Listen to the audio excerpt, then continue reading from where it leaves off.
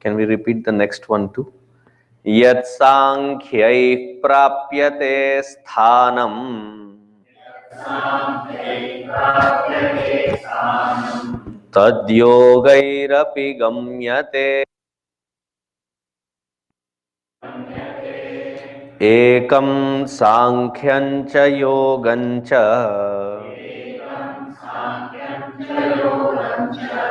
yah pashyati sa pashyati.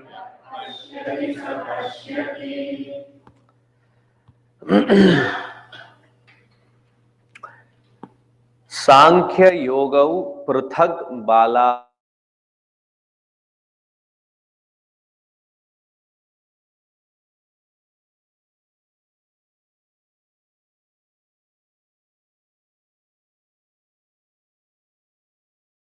Sometimes when people new to Chinmaya Mission environment come in and ask,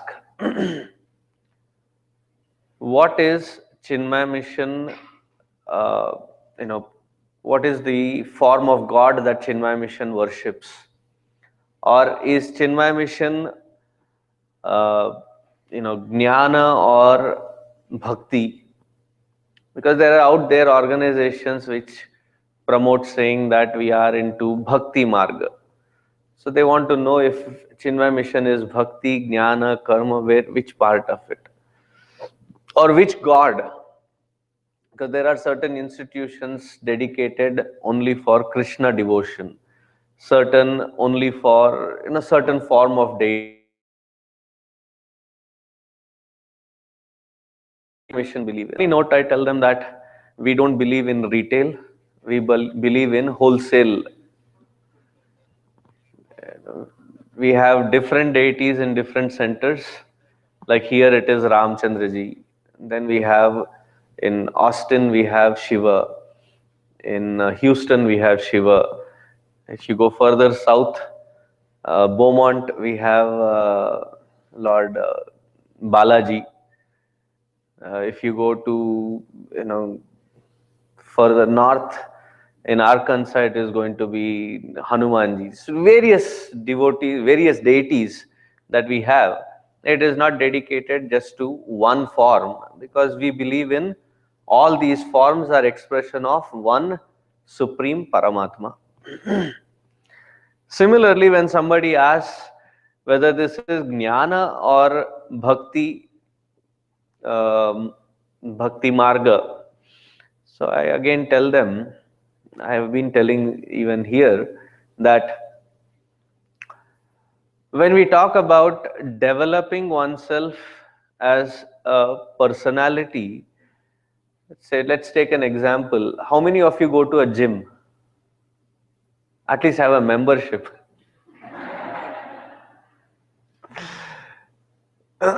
You go to a gym regularly? So when you go to the gym, how many of you have those instructors? Because those gadgets, it is not necessary that we know all of it. So we have those instructors for at least a week, right? Trainers. So after getting trained by them, getting introduced to these different instruments there, we are usually advised that we dedicate of these 6 days or 5 days routine that we have of exercising, that some days we dedicate it to the upper body, upper torso, then there is a lower body, then there is a mid torso, then various exercises that are catering to different parts. What would happen if somebody were to just exercise right arm muscle enhancement? The rest of the body is like agarbatti, but the right arm is like the Schwarzenegger's biceps. How would they look like? What is it? Awesome. Looks like No, but his both hands are equally.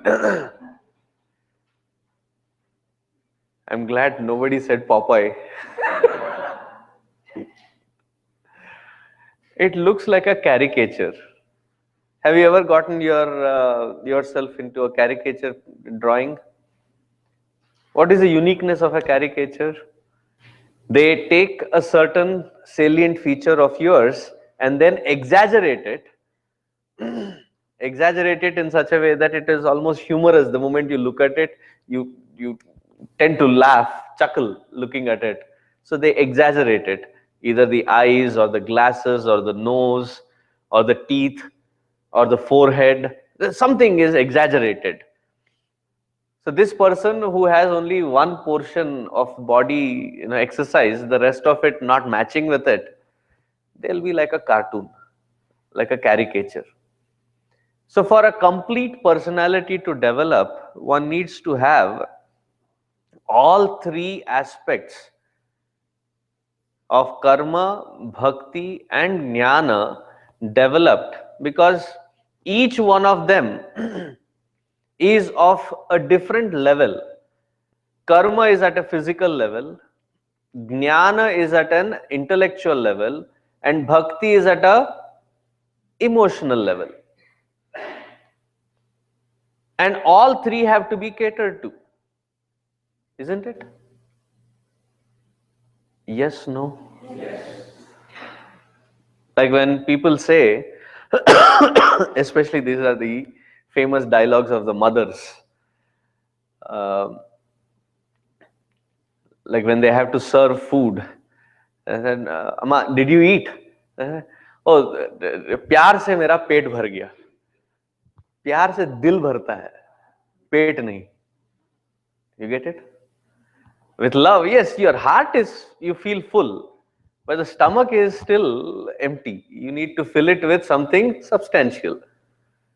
Each one is a different zone to altogether. Physically, there is one aspect, emotionally, there is one aspect, and there is intellectually, there is one aspect. And all three of them have to be catered, predominantly that which we are more tuned towards. But the rest of them also need to be equipped.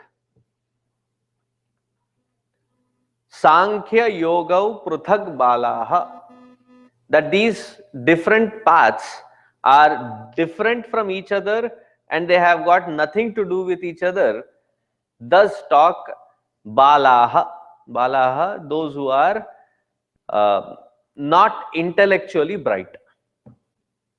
Balaha, those who are childish in nature, say that these paths are different. But those who understand it, ekamapya sthita samyak ubhayor vindate phalam. Both of them have to be applied, all these paths have to be applied in a sequential order. In a sequential order, so that the maximum spiritual gain can be ascertained. But it is like going up a ladder, one step after the other. But all these steps are required to reach there.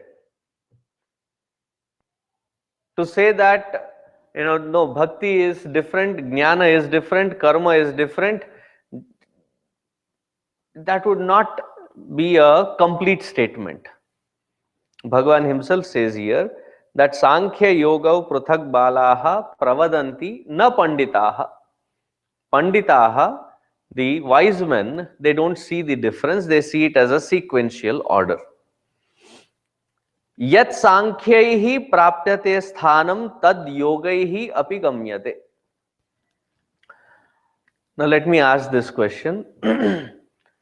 First grader and 10th grader, when you compare them both, who is greater?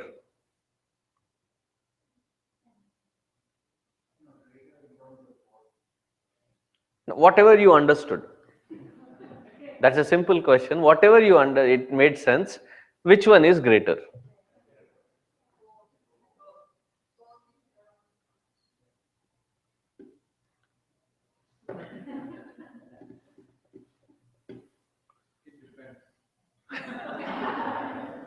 Classic answer. It depends.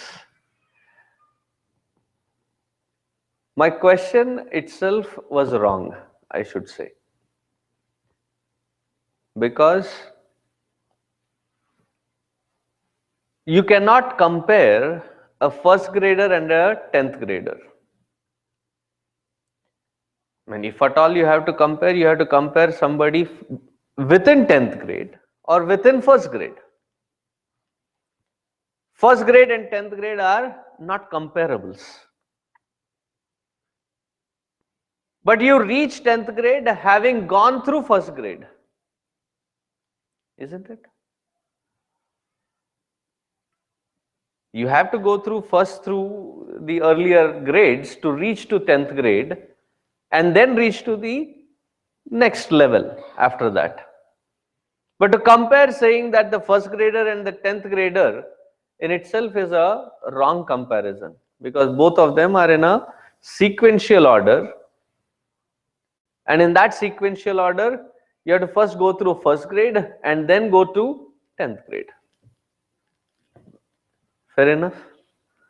Similarly, Sankhya Yoga, with the paths that are given in our scripture, to say that there are different paths is wrong. They are in a sequential order, one after the other. Ekam Sankhyam cha Yogam cha yah pashyati sa pashyati. The one who finds this oneness in the paths and its application, such one truly understands the growth in one's own self.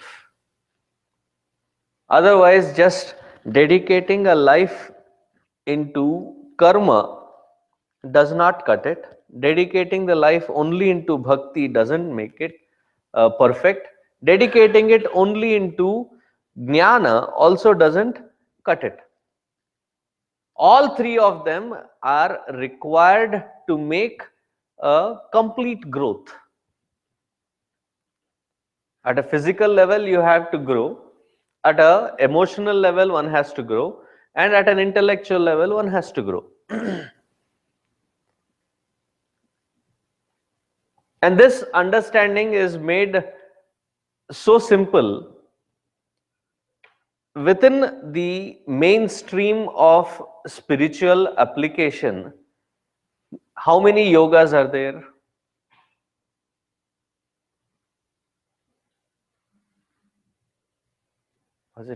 This is not a trick question. Simple question.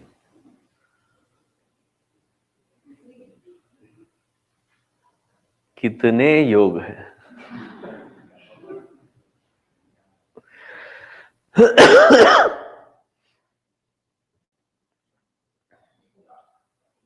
Thank you.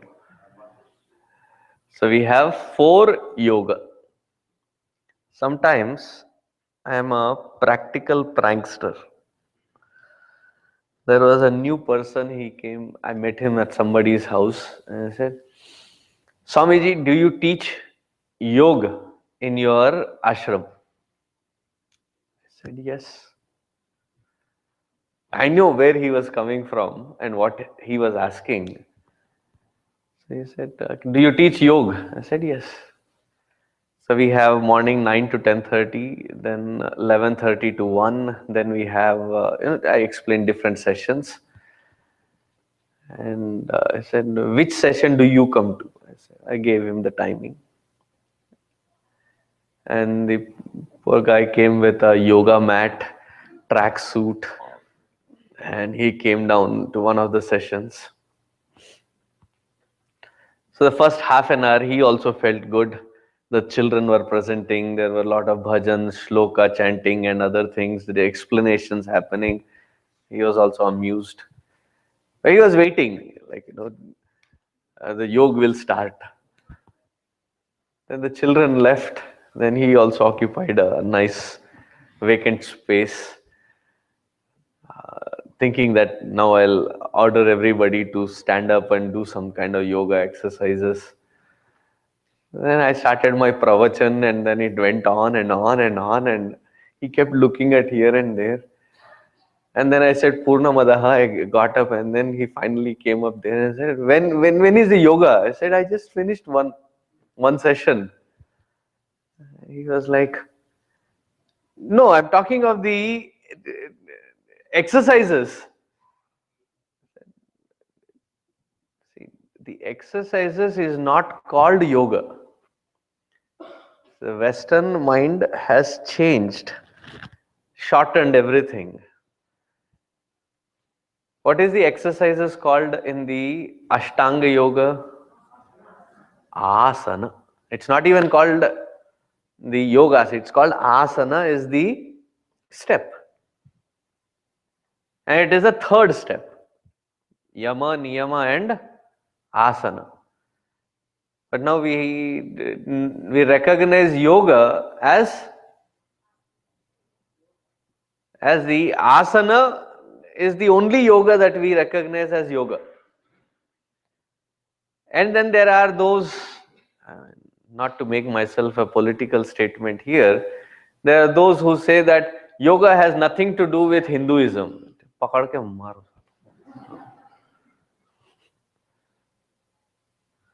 The likes of Deepak Chopra and others who have been making such statements. There are 4 distinct yoga paths.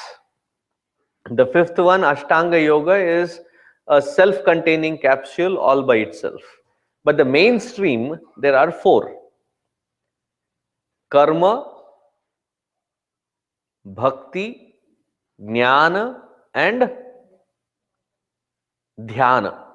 The Raja Yoga is the Ashtanga Yoga. Raja Yoga, Kundalini Yoga, Kriya Yoga, they're all the Ashtanga Yoga, which is the 5th one, which is not the mainstream, which was introduced by Patanjali. That is why it is called Patanjali Yoga Sutra. And for God's sake, being a Hindu, when you read the Patanjali Yoga Sutra or say Patanjali's Yoga Marga, don't call it as Patanjali. Horrifying.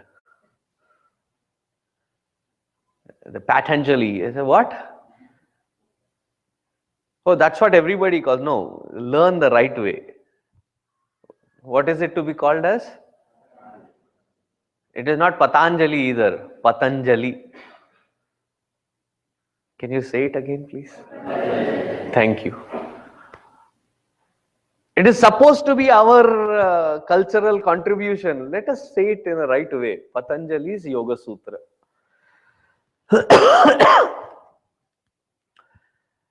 That is not the mainstream. The mainstream are these 4.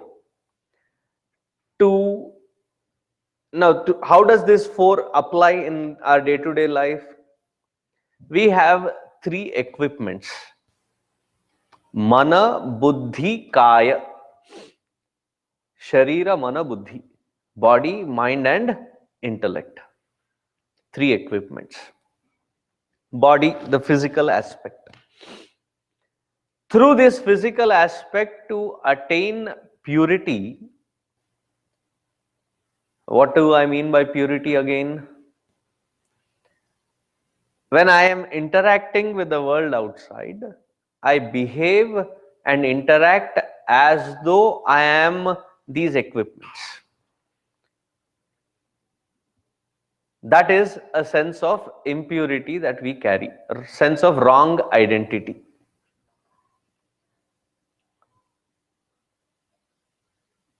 Let me again go into the basics. I'll ask simple question. Can you give me your car model and the year of make? Can you? Okay.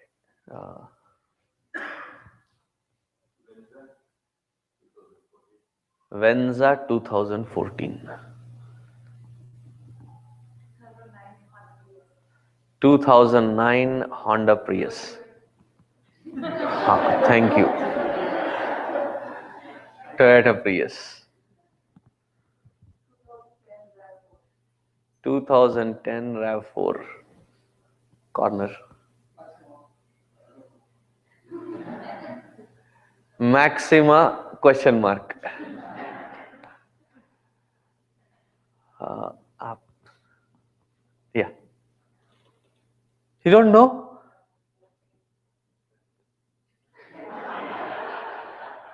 2014?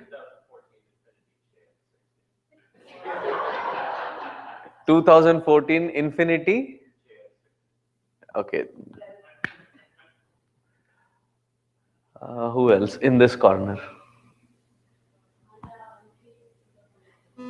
Yeah, Honda Odyssey 2008. Same. You both come in the same car? 2003. Okay, I heard it as 2008. When you go into a new environment, do you ever introduce yourself with respect to your car?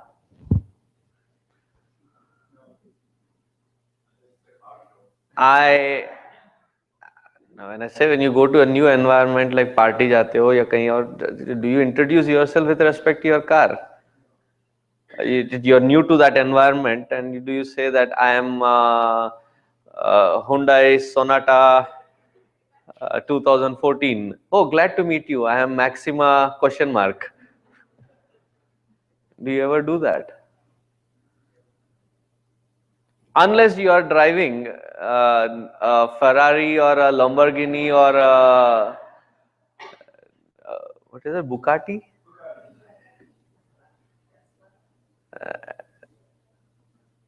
And who are you? You see that? That's a different ball game. Or for the rest of the mortals, we never even imagine ourselves to be introduced through our car, right? Though it is an instrument that we use, I know that I am something other than, distinctly separate from the instrument that I am using. Similarly, the body, mind, and intellect are the three instruments that I have to interact with the world outside. But instead, how do we behave? We behave as though we are this body, mind, and intellect. Don't we? And how we glorify and glamorize at that level, because I got once a mail, and that mail was addressed to me, like, Dear Sarveshananda. I said, "Wah." So it compelled me to open. Usually junk mail I don't even open. I just trash it, shred it, and get done with. It said, Dear Sarveshananda. I said, "Okay." So I opened it, and the first paragraph was very philosophical.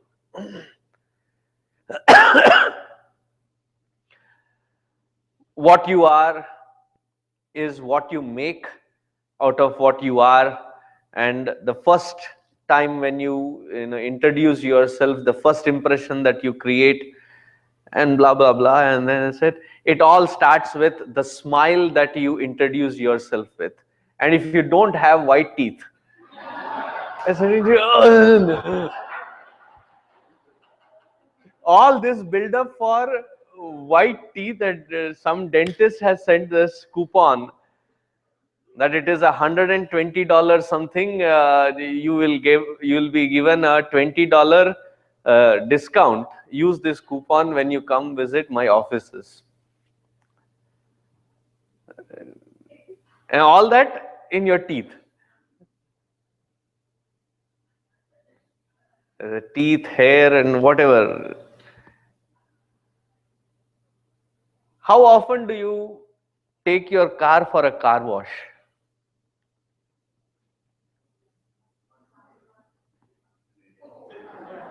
Once a month? Once every 6 months. There you go. Outside first.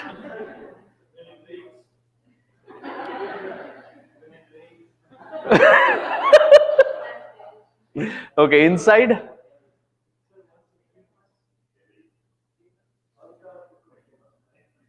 Okay, once in month, once in 3 months. See, there comes a point when people come to pick me up for their houses and other thing. There comes a point where people request, Swamiji, sit and look up. Don't look at the floor, because the floor has every trace of everybody that has traveled here with everything. So you have Cheerios, you have stains of everything. Because there is a point wherein you stop maintaining it on a weekly basis. I know of 11th, 12th graders, when they get their new car, I'm told by their parents that they dedicate their entire Saturday morning to clean and then wax and then do that Karate Kid thing to maintain that shine. And when you have that fresh, the new car, the freshness of it, the first scratch, the first dent, do you remember it? How hurtful it was. Ekdam dil pe. After that, all that matters is if it is functional, right? Similarly, the body has to be functional in an optimal way. Food is the gasoline added into the tank, right time, in different times.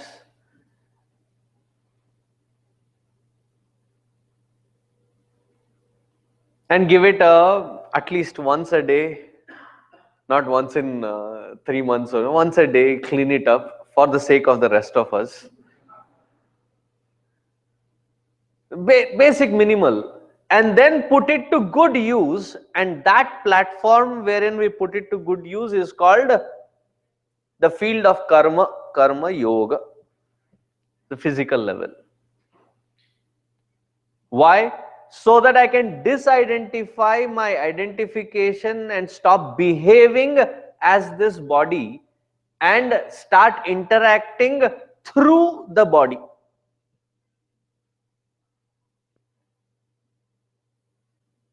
Similarly, at the emotional level, there are so many emotions that pass by.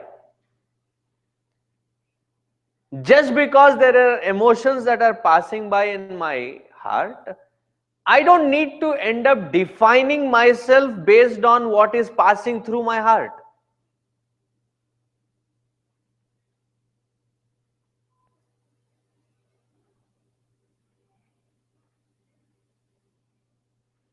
But instead, where are we? We are not just defining ourselves, we become one with the emotion and behave as if I am the emotion.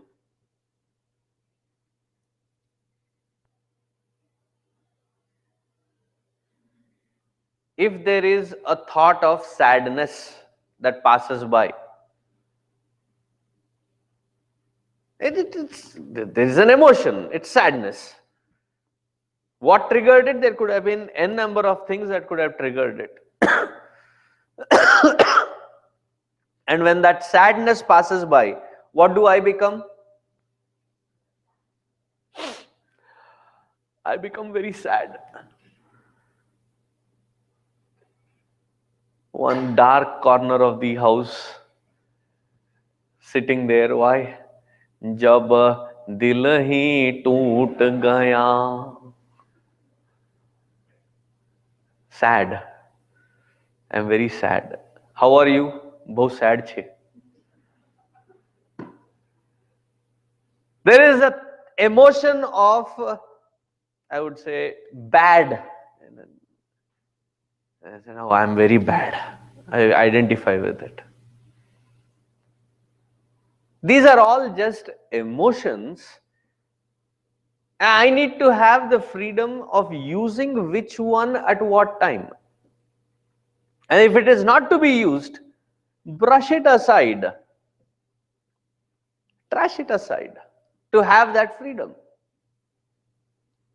But instead, we dance to the tunes of this emotion as they flow.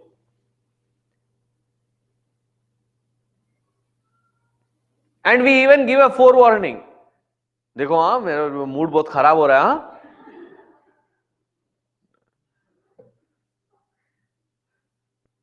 Don't okay.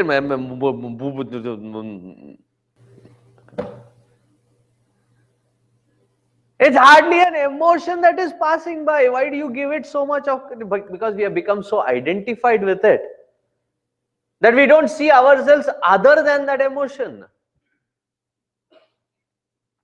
So to disidentify from it, to be identified with it is the impurity. To disidentify from it and to have the ability to use whichever emotion that is required for that moment, that ability is called freedom from that emotion and to have that purity of accessibility. That is ascertained through the, what is the marga, what is the path? Bhakti yoga.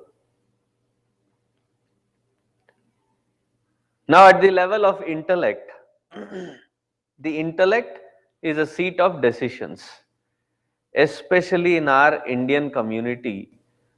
This is a big stumbling block that we find. A decision that I make is accepted by everybody.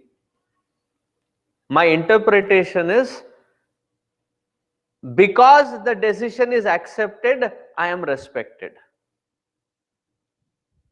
So far, so good. The decision that I make is not accepted. Therefore, what is the interpreted bhava, feeling? That I am disrespected. What has been accepted or not accepted is a thought, isn't it? Has it really got anything to do with being respected or disrespected? Being loved or neglected? Not necessarily. I think I've given this example earlier in one of the meetings. We had given this task to a person and he spent about 2 months to investigate into that possibility, came back with a report. He spent a good amount of time in trying to give us the entire input into it. And in that meeting, we unanimously rejected the entire plan. Yes, we thanked him for all the effort, but we rejected the whole thing. Middle of the night, for 10:30, I get a call from his wife. Swamiji, what did you guys do to my husband? Do you know how rejected he feels? How bad he feels? How sad he feels? So I said, Amma, that is his swayam krita aparadha. If he feels rejected, neglected and feels bad, do you know how much he has dedicated his time and now you have disrespected him and his effort? I said, oh, hold on. What has been rejected is a proposal, not your husband. Are you getting the difference? But we are so identified with it that if what I am proposing is rejected, then the immediate understanding, I am being rejected. No, it is not me who is being rejected. It is just a thought that is being rejected.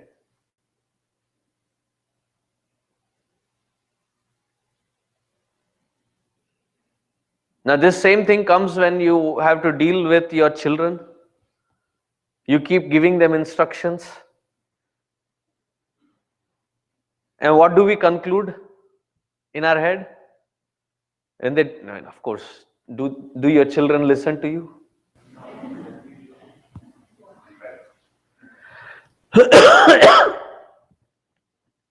Any generation does not listen to any other generation. It's a given. I'm not making it up, am I? And what is the frustration that we go through when our instructions are not listened to, are not paid attention to? What do we interpret it as? don't respect, don't listen, don't. What has been rejected is just your idea, proposal, thought. Why? Not because it is out of disrespect. It is because they can afford to. They have that safety net wherein they can afford to.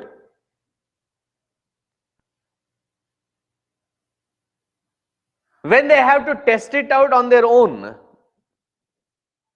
when they know you are not there as a safety net anymore, that is when all this which you have been nagging kicks in then. How many of you call up your parents and thank them for what they have done to you? I don't need a hand raise. At that time when they were instructing, were you thankful at that time? Case in point. So stop getting frustrated about it. Say that again.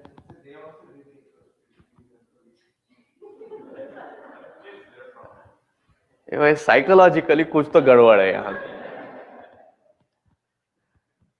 See, I don't see a banana peel on the floor, I step on it, fall, I can still understand. Just because you see a banana peel, you have to step on it and fall, I don't see a point in it. Every time you see a banana peel, फिर से गिरना पड़ेगा, अरे बाप रे. You get the point? Just because they did it is not necessary that I have to repeat the same thing. And the intelligence is to not repeat the same mistake. But we cave into our intellectual identity so much that we are not able to separate. Jnana Marga helps get that clarity to disidentify and make use of that discriminative capacity at the right time when we are going through it. You are trying to say something? Danger hai tum. Let me wear some helmet and ask. No.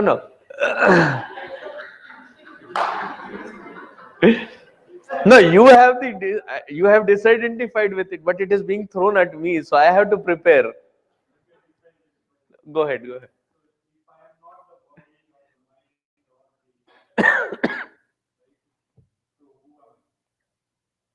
Very good question.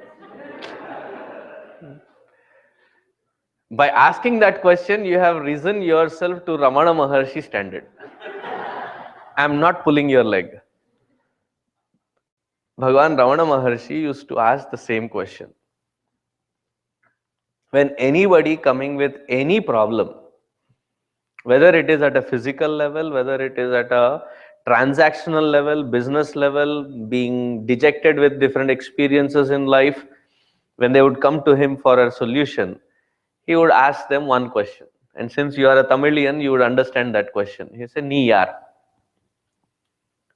Who are you? Are you really that physical aspect that is going through this pain? Are you that emotion that is going through it? Are you really that conviction that is going through this pain? Who are you? Are you really that?"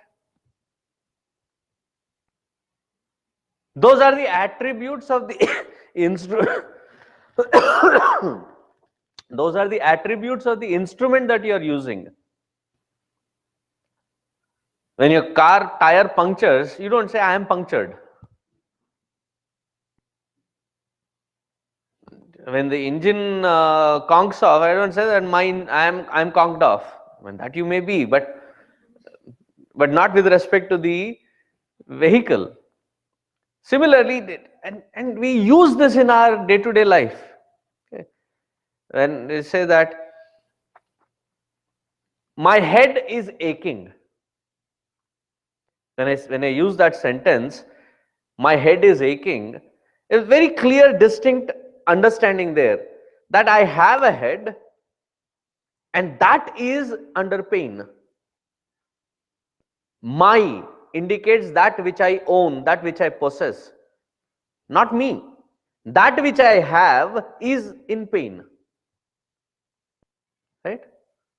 Now, uh, a sad incident in many of our lives wherein our near one, dear one dies. At that point, when you're looking at that body, when people are crying, do they not make a statement that, oh, you have gone? That which is left behind is not even considered as that person. I mean, if it were this body, if it were this instrument, I mean, the instrument is right in front of you. Why are you crying then?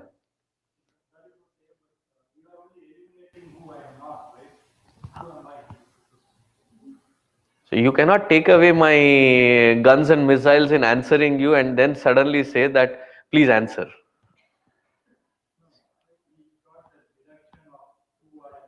Huh. No, there is something left. That which is left is what you are.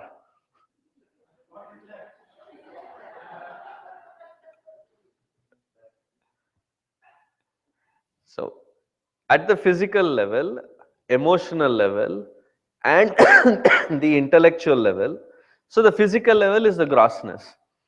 Emotions and intellectual level are thoughts, right? Is there something observing those thoughts?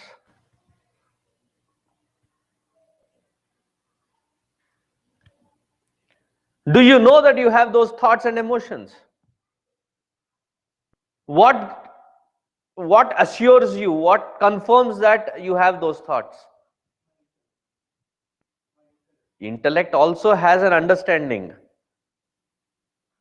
right? So the understanding, sometimes I don't understand, but I know I did not understand. And sometimes by mistake I understand. I also know that I understood. Right? That knowing, which gives me a clarity of both understanding or the absence of it, that is not a part of intellect. That is what you are. Now you can name it anything, Atma, you can name it the soul, you can name it the spirit, you can name it as a life principle, you can name it as God within, whatever the nomenclature, doesn't matter. That you are. But presently, where are we? We are not behaving as that cognitive principle, but instead we are behaving like a pathetic instrument of body, mind, or intellect. So the three paths that have been given is to disidentify. How do I know what I am? Having disidentified through these three processes, then the fourth yoga. What is the fourth yoga? Dhyana. Sitting on that seat of meditation, identifying with this cognitive skill, cognitive principle called consciousness within. That, when we are firmly abiding in it, is when I know who I am.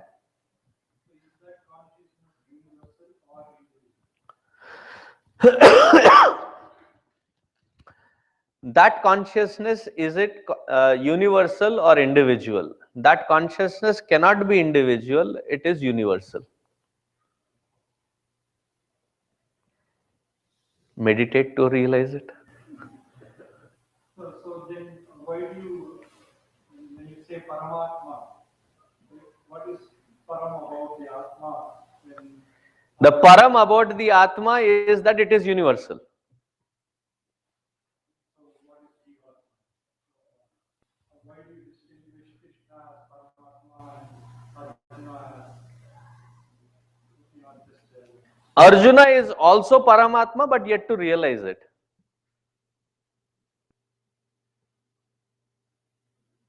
from Arjuna's point of view?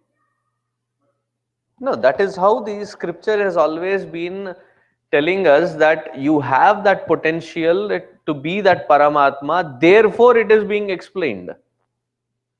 Until then, that which is existing as the identified entity, that is called Jivatma.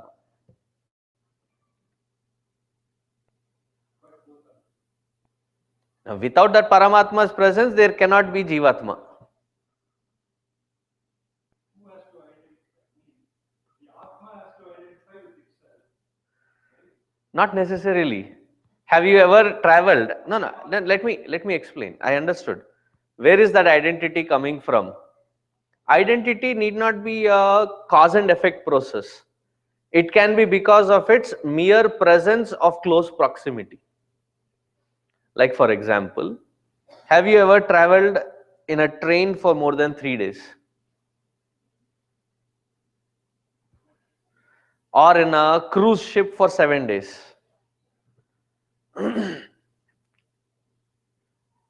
See, when you travel in a train, we used to travel whenever we used to go to Gurudev's camps in Siddhabari. We used to go through this train.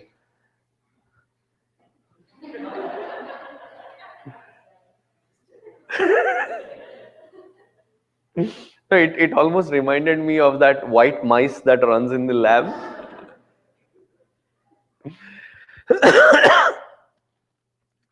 So when we used to travel for 3 nights to reach to Pathankot, and then there is a 4 hour car drive to reach to the ashram in Siddhabari. Hey, stop running from inside. Go from outside, okay? And most of them are running outside. That is why. Okay.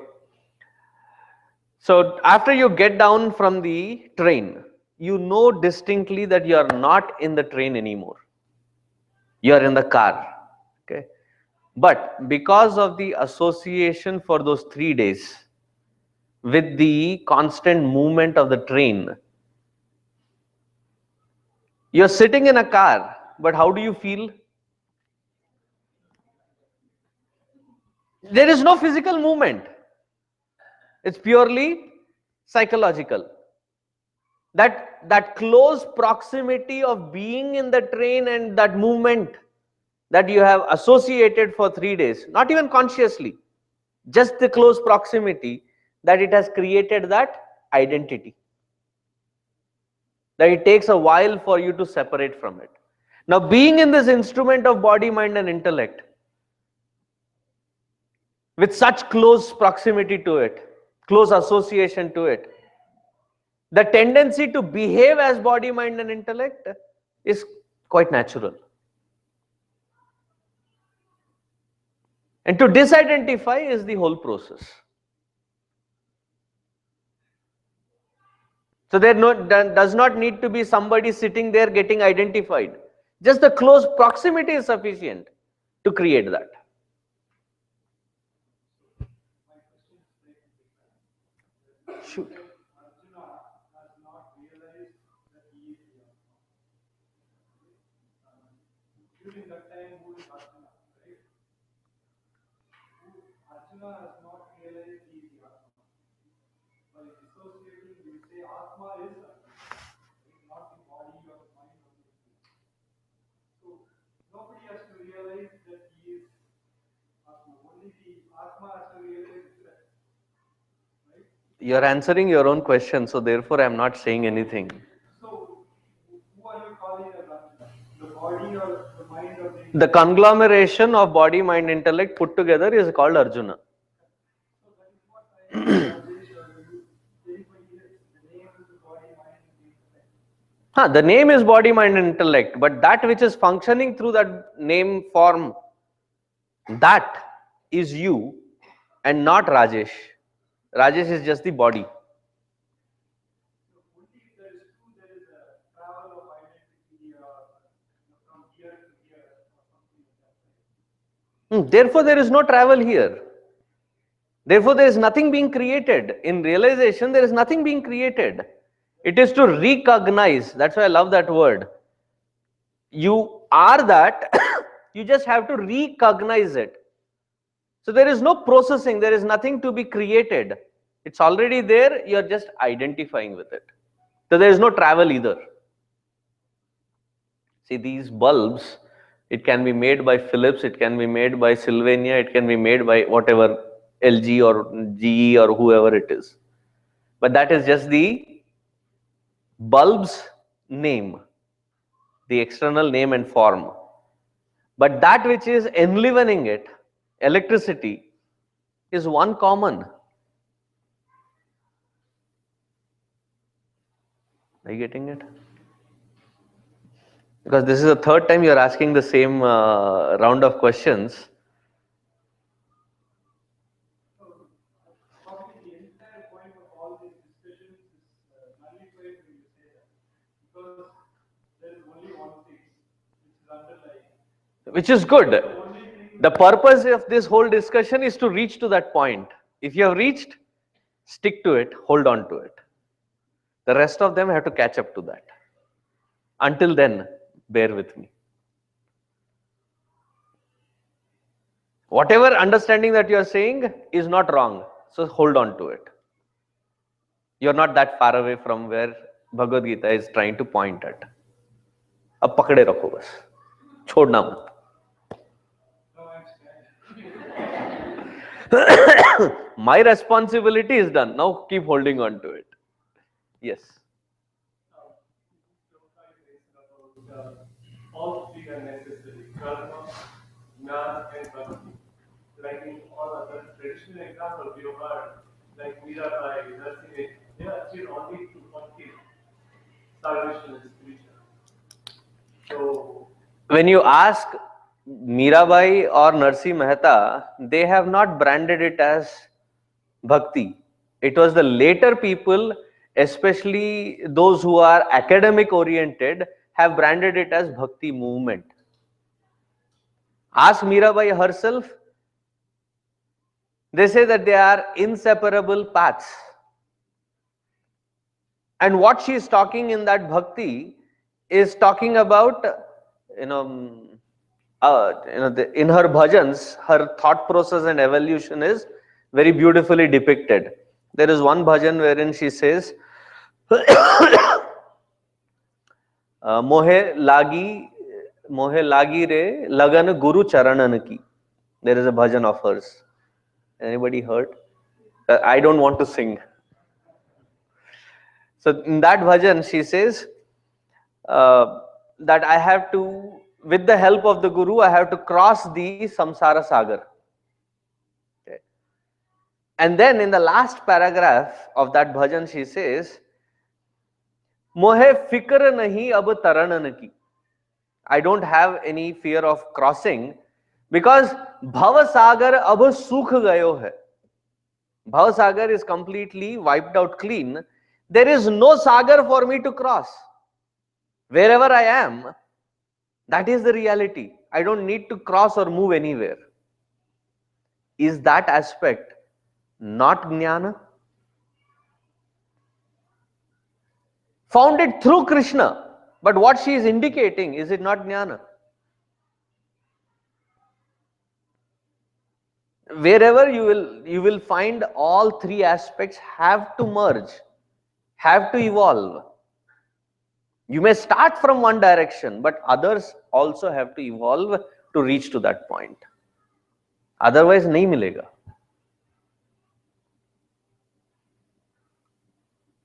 That's why the Indian spiritual system is a full thali system. You get every taste of it and every aspect evolving.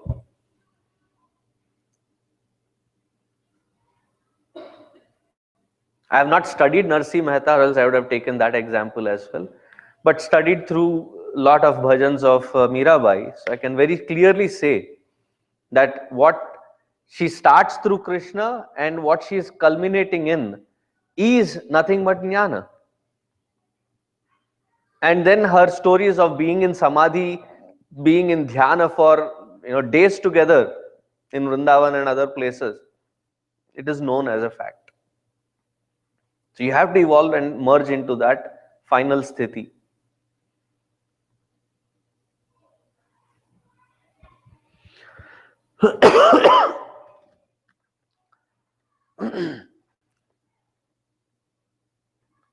Now, relating back to you as a final, Rajesh, he's already in samadhi.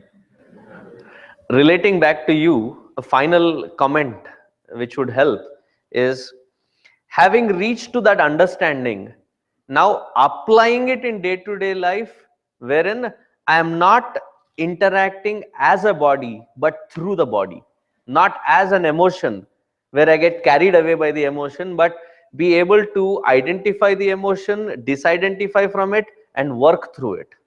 But what is the need for it? There is no need, right? Everything is me, and that identity is there. So there is no you, there is no nothing. There is no good Do or you bad get frustrated with your son? all the time. Therefore, there is a need. That is because I have not identified only. So I've proved my case. In that application is where you have to apply this wisdom. Sitting here talking about this wisdom is easy. Now to take it into your practical day-to-day life and apply it from that standpoint. No, that frustration is also only an action. Only to make sure he does the right thing, not At that time when you can apply it while it is happening is where you have liberation. It is not a posthumous reality. It is a reality that can be applied during that interaction with your whatever which can create and trigger that frustration. At that moment to realize it, if you can apply it, you have reached. I am asking why realized people still continue to act. Like They observe the act to happen. Let the life flow through. Why resist? there is a lot of creation from them, like different songs in their life. That is when creativity actually flows through. Up until then, what we are doing is just a time pass.